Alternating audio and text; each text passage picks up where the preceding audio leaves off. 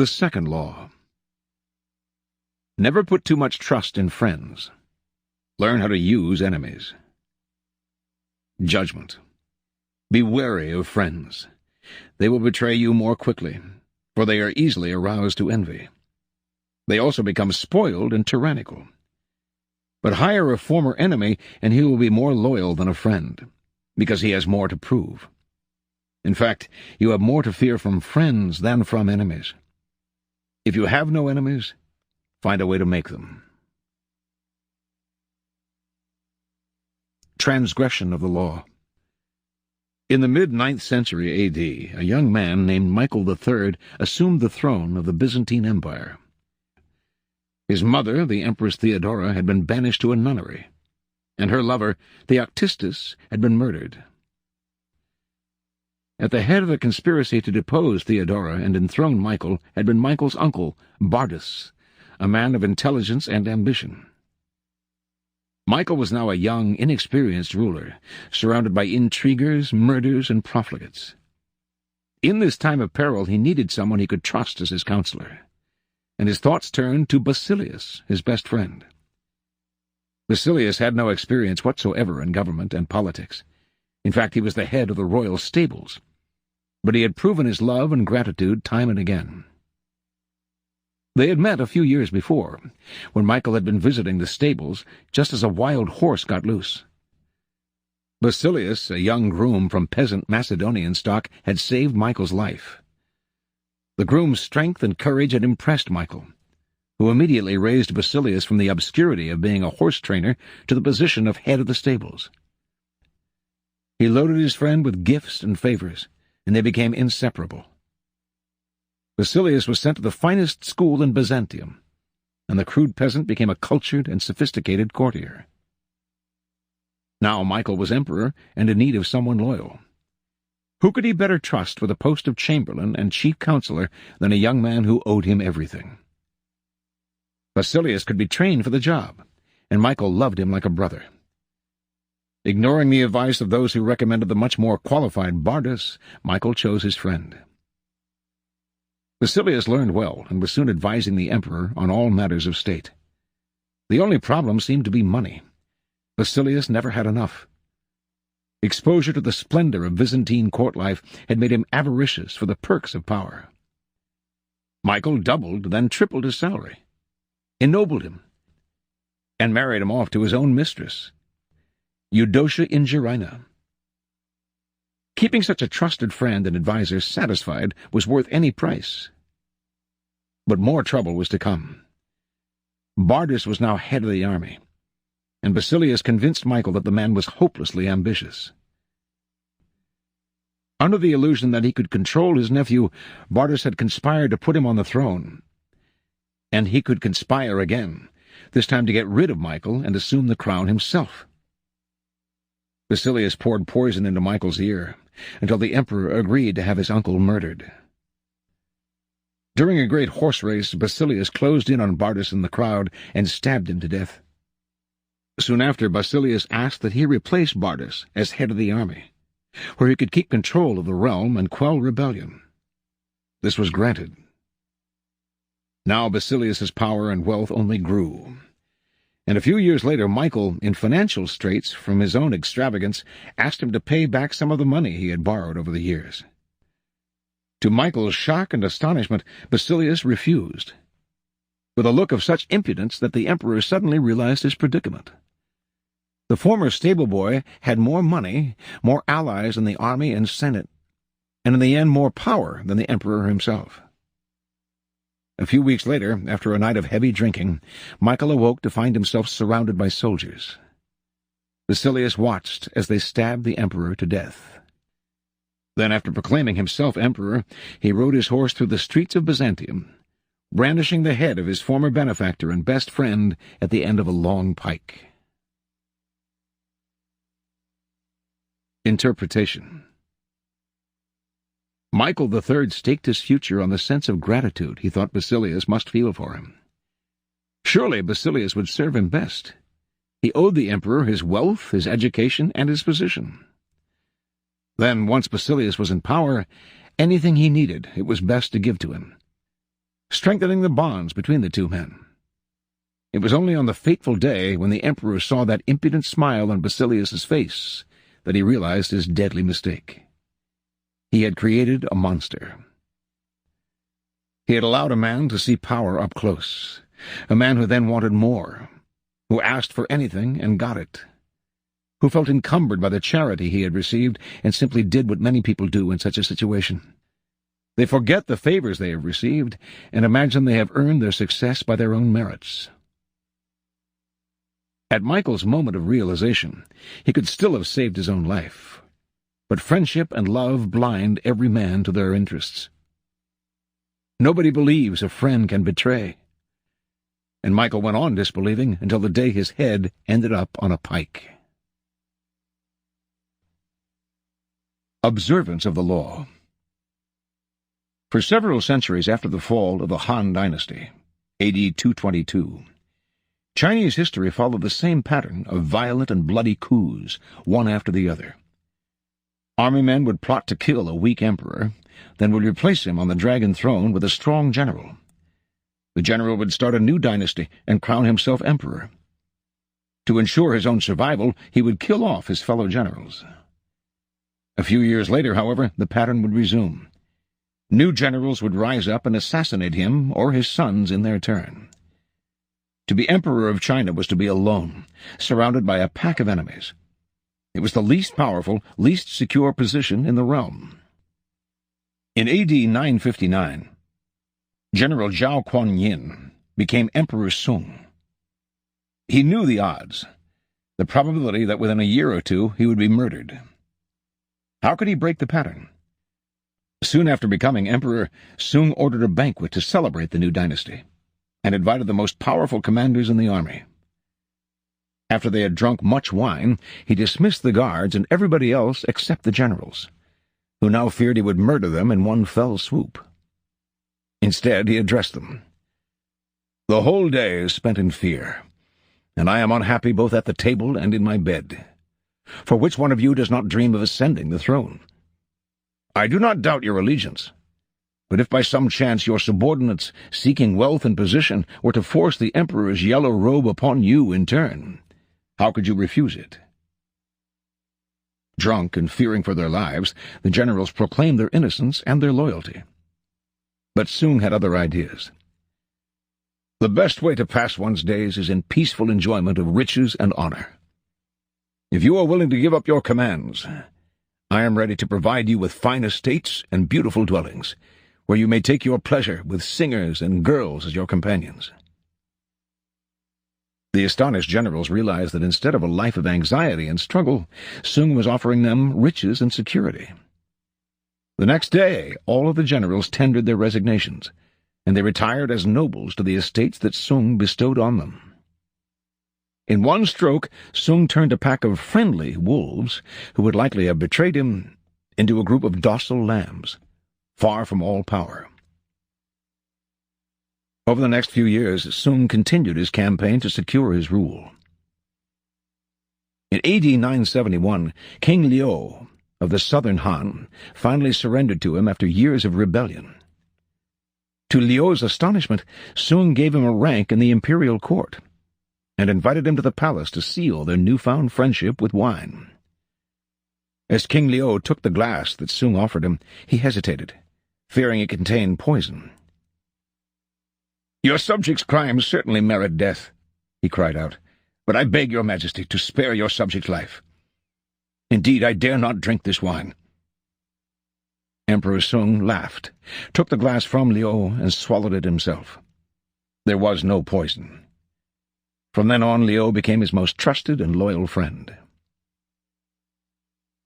At the time, China had splintered into many smaller kingdoms. When Qian Shu, the king of one of these, was defeated, Sung's ministers advised the emperor to lock this rebel up. They presented documents proving that he was still conspiring to kill Sung. When Qian Shu came to visit the emperor, however, instead of locking him up, Sung honored him. He also gave him a package, which he told the former king to open when he was halfway home. Jianshu opened the bundle on his return journey and saw that it contained all the papers documenting his conspiracy. He realized that Sung knew of his murderous plans, yet had spared him nonetheless. This generosity won him over, and he too became one of Sung's most loyal vassals. Interpretation. A Chinese proverb compares friends to the jaws and teeth of a dangerous animal. If you are not careful, you will find them chewing you up. Emperor Sung knew the jaws he was passing between when he assumed the throne. His friends in the army would chew him up like meat, and if he somehow survived, his friends in the government would have him for supper.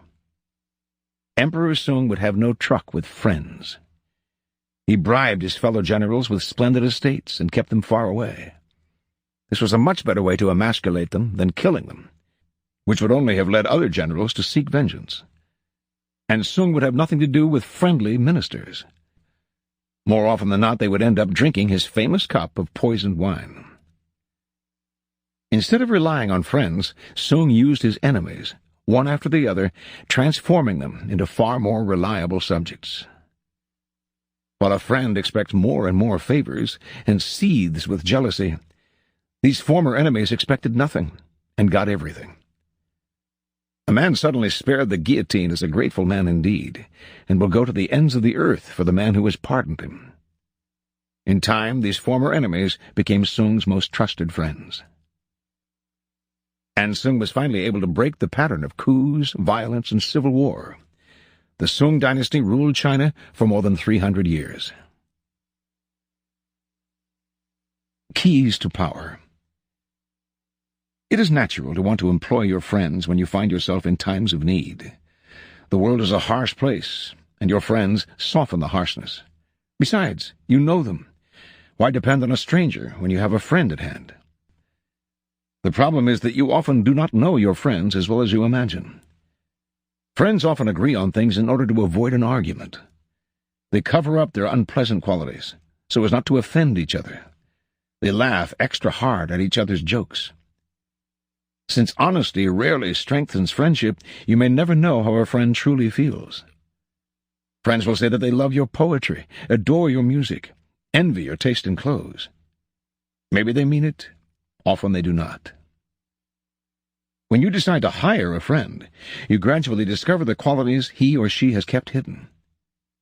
Strangely enough, it is your act of kindness that unbalances everything. People want to feel they deserve their good fortune. The receipt of a favor can become oppressive. It means you have been chosen because you are a friend, not necessarily because you're deserving. There is almost a touch of condescension in the act of hiring friends that secretly afflicts them. The injury will come out slowly. A little more honesty, flashes of resentment and envy here and there, and before you know it, your friendship fades. The more favors and gifts you supply to revive the friendship, the less gratitude you receive.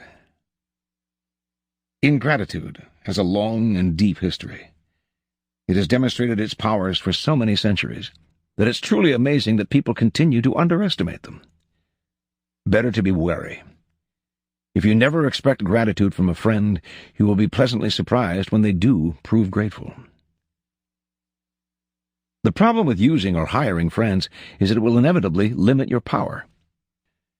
The friend is rarely the one who is most able to help you. And in the end, skill and competence are far more important than friendly feelings. Michael III had a man right under his nose who would have steered him right and kept him alive. That man was Bardas. All working situations require a kind of distance between people. You're trying to work, not make friends. Friendliness, real or false, only obscures that fact. The key to power, then, is the ability to judge who is best able to further your interests in all situations. Keep friends for friendship, but work with the skilled and competent. Your enemies, on the other hand, are an untapped gold mine that you must learn to exploit. When Talleyrand, Napoleon's foreign minister, decided in 1807 that his boss was leading France to ruin, and the time had come to turn against him, he understood the dangers of conspiring against the emperor. He needed a partner, a confederate. What friend could he trust in such a project? He chose Joseph Fouché, head of the secret police, his most hated enemy, a man who had even tried to have him assassinated. He knew that their former hatred would create an opportunity for an emotional reconciliation. He knew that Fouché would expect nothing from him, and in fact would work to prove that he was worthy of Talleyrand's choice.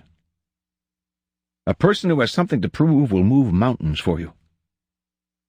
Finally, he knew that his relationship with Fouché would be based on mutual self-interest and would not be contaminated by personal feeling. The selection proved perfect. Although the conspirators didn't succeed in toppling Napoleon, the union of such powerful but unlikely partners generated much interest in the cause. Opposition to the emperor slowly began to spread, and from then on, Talleyrand and Fouché had a fruitful working relationship. Whenever you can, bury the hatchet with an enemy, and make a point of putting him in your service. As Lincoln said, you destroy an enemy when you make a friend of him. In 1971, during the Vietnam War, Henry Kissinger was the target of an unsuccessful kidnapping attempt. A conspiracy involving, among others, the renowned anti-war activist priests, the Berrigan brothers, 4 more Catholic priests, and 4 nuns. In private, without informing the Secret Service or the Justice Department, Kissinger arranged a Saturday morning meeting with the 3 alleged kidnappers. Explaining to his guests that he would have most American soldiers out of Vietnam by mid-1972, he completely charmed them. He gave them some Kidnap Kissinger buttons, and one of them remained a friend of his for years, visiting him on several occasions. This was not just a one-time ploy. Kissinger made a policy of working with those who disagreed with him. Colleagues commented that he seemed to get along better with his enemies than with his friends. Without enemies around us, we grow lazy. An enemy at our heels sharpens our wits, keeping us focused and alert. It is sometimes better, then, to use enemies as enemies, rather than transforming them into friends or allies. Mao Zedong saw conflict as key in his approach to power. In 1937, the Japanese invaded China, interrupting the civil war between Mao's communists and their enemy, the nationalists. Fearing that the Japanese would wipe them out, some communist leaders advocated leaving the nationalists to fight the Japanese and using the time to recuperate. Mao disagreed. The Japanese could not possibly defeat and occupy a vast country like China for long. Once they left, the communists would have grown rusty if they had been out of combat for several years, and would be ill-prepared to reopen their struggle with the nationalists. To fight a formidable foe like the Japanese, in fact, would be the perfect training for the communists' ragtag army. Mao's plan was adopted, and it worked. By the time the Japanese finally retreated, the communists had gained the fighting experience that helped them defeat the nationalists. Years later, a Japanese visitor tried to apologize to Mao for his country's invasion of China. Mao interrupted, "Should I not thank you instead?" Without a worthy opponent, he explained, a man or group cannot grow stronger. Mao's strategy of constant conflict has several key components. First, be certain that in the long run you will emerge victorious. Never pick a fight with someone you are not sure you can defeat. As Mao knew, the Japanese would be defeated in time. Second, if you have no apparent enemies, you must sometimes set up a convenient target, even turning a friend into an enemy. Mao used this tactic time and again in politics. Third, use such enemies to define your cause more clearly to the public, even framing it as a struggle of good against evil. Mao actually encouraged China's disagreements with the Soviet Union and the United States. Without clear-cut enemies, he believed, his people would lose any sense of what Chinese communism meant. A sharply defined enemy is a far stronger argument for your side than all the words you could possibly put together. Never let the presence of enemies upset or distress you. You are far better off with a declared opponent or two than not knowing where your real enemies lie. The man of power welcomes conflict, using enemies to enhance his reputation as a sure-footed fighter who can be relied upon in times of uncertainty. Reversal. Although it is generally best not to mix work with friendship, there are times when a friend can be used to greater effect than an enemy. A man of power, for example, often has dirty work that has to be done. But for the sake of appearances, it is generally preferable to have other people do it for him. Friends often do this the best, since their affection for him makes them willing to take chances. Also, if your plans go awry for some reason, you can use a friend as a convenient scapegoat. This fall of the favorite was a trick often used by kings and sovereigns. They would let their closest friend at court take the fall for a mistake, since the public would not believe that they would deliberately sacrifice a friend for such a purpose. Of course, after you play that card, you have lost your friend forever. It is best then to reserve the scapegoat role for someone who is close to you, but not too close. Finally, the problem about working with friends is that it confuses the boundaries and distances that working requires. But if both partners in the arrangement understand the dangers involved, a friend can often be employed to great effect. You must never let your guard down in such a venture, however. Always be on the lookout for any signs of emotional disturbance, such as envy and ingratitude. Nothing is stable in the realm of power, and even the closest of friends can be transformed into the worst of enemies. Here are further reflections on this law. From Diane de Poitiers. To have a good enemy, choose a friend. He knows where to strike. From Louis XIV. Every time I bestow a vacant office, I make 100 discontented persons and 1 ingrate. From Baldassare Castiglione. Thus, for my own part, I have more than once been deceived by the person I loved most, and of whose love, above everyone else's, I have been most confident. So that I believe that it may be right to love and serve one person above all others, according to merit and worth, but never to trust so much in this tempting trap of friendship as to have cause to repent of it later on. From Niccolo Machiavelli. There are many who think, therefore, that a wise prince ought, when he has the chance, to foment astutely some enmity, so that by suppressing it he will augment his greatness. Princes, and especially new ones, have found more faith and more usefulness in those men whom, at the beginning of their power, they regarded with suspicion, than in those they at first confided in. Pandolfo Petrucci, Prince of Siena, governed his state more by those whom he suspected than by others. From an African folk tale, The Snake, the Farmer, and the Heron. A snake, chased by hunters, asked a farmer to save its life. To hide it from its pursuers, the farmer squatted and let the snake crawl into his belly. But when the danger had passed and the farmer asked the snake to come out, the snake refused. It was warm and safe inside. On his way home, the man saw a heron and went up to him and whispered what had happened. The heron told him to squat and strain to eject the snake. When the snake snuck its head out, the heron caught it, pulled it out, and killed it. The farmer was worried that the snake's poison might still be inside him, and the heron told him that the cure for snake poison was to cook and eat 6 white fowl. "You're a white fowl," said the farmer. "You'll do for a start." He grabbed the heron, put it in a bag, and carried it home, where he hung it up while he told his wife what had happened. "I'm surprised at you," said the wife. "The bird does you a kindness, rids you of the evil in your belly, saves your life, in fact, yet you catch it and talk of killing it." She immediately released the heron, and it flew away. But on its way, it gouged out her eyes. Moral: when you see water flowing uphill, it means that someone is repaying a kindness. From the Mahabharata. A Brahmin, a great expert in Veda, who has become a great archer as well, offers his services to his good friend, who is now the king. The Brahmin cries out when he sees the king, "Recognize me, your friend."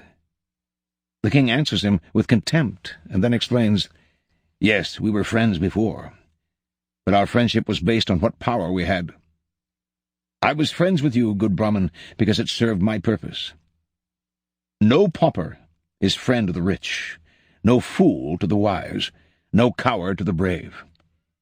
An old friend, who needs him? It is two men of equal wealth and equal birth who contract friendship and marriage, not a rich man and a pauper. An old friend, who needs him?" From a Sufi proverb. Pick up a bee from kindness and learn the limitations of kindness. From Tacitus. Men are more ready to repay an injury than a benefit, because gratitude is a burden and revenge a pleasure. From Plutarch. Profiting by our enemies.